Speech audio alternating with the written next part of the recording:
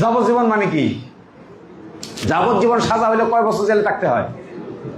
কয় বছর? 30 বছর। আর জেলের হিসাবে এটা হলো 22.5 বছর।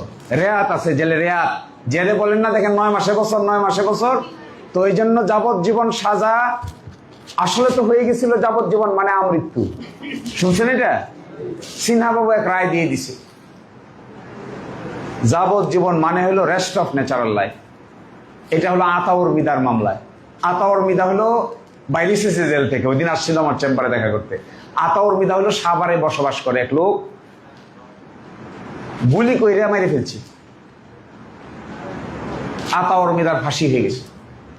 হাইকোর্টে আসছে, আতাউর মিদার ফাঁসি বহাল। সুপ্রিম কোর্টে গেছে,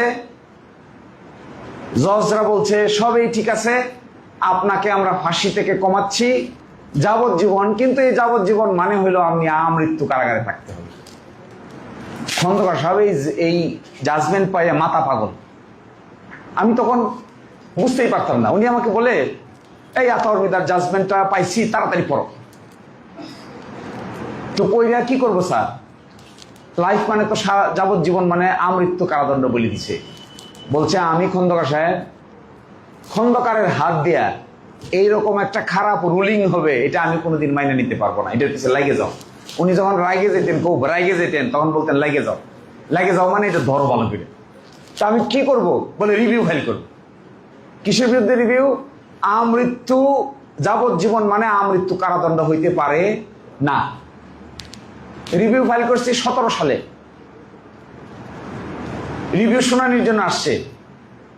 আমার তো অত বেশি খেয়াল নাই, আমি আমেরিকায় গেছি আমার আব্বা আম্মাদের সঙ্গে দেখা করতে। উনি আমাকে কল দিছে, আগামী বুধবারের ভিতরে আসো। আমার বাচ্চা, আমার ওয়াইফ সবাইকে নিয়ে আমেরিকায় গেছি, বন্ধ কোর্ট। বলছে এই মামলা শুনানি হবে আগামী বুধবারে, তুমি আসো।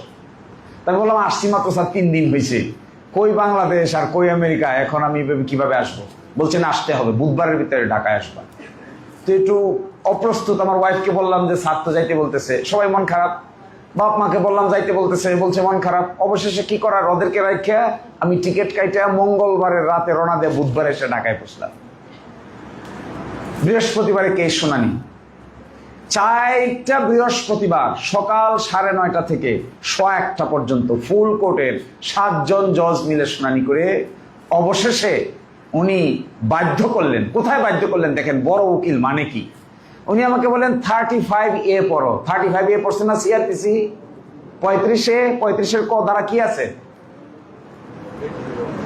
একটা মানুষের যখন সাজা হয় তখন হাজতের কালীন অবস্থায় যে সময়টুকু সে জেলে ছিল, সাজার মেয়াদ থেকে এটা বাদ দিতে হয়।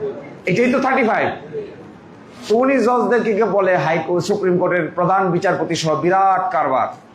ওইদিকে রুকনউদ্দিন মাহমুদ সাহেব হইল এমিকাস কিউরি, মাহবুবে আলম সাহেব মারা গেছে attorney general, Prabin Niyogi amicus curiae. Amicus curiae ছিল মাহমুদুল ইসলাম। দাঁড়াইয়া খন্দকার সাহেব বলে, আপনাদের এই সিদ্ধান্ত আমি মাইনে নিব এক শর্তে। তো ইমান আলী সাহেব ছিল সুপ্রিম কোর্টে যাওয়ার। কি শর্ত?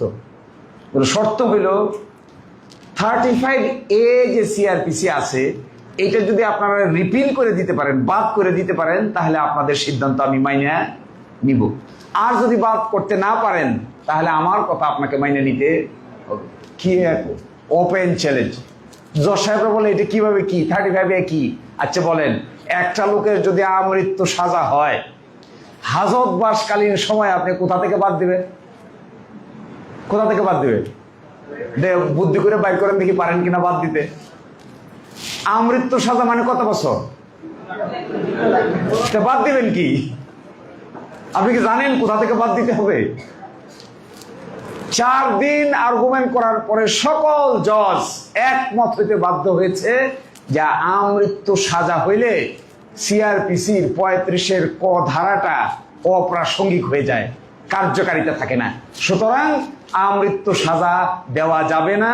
সাজা হবে মৃত্যুদণ্ড থেকে কমিয়ে লাইফ, আর লাইফের মানে হবে 30 বছর।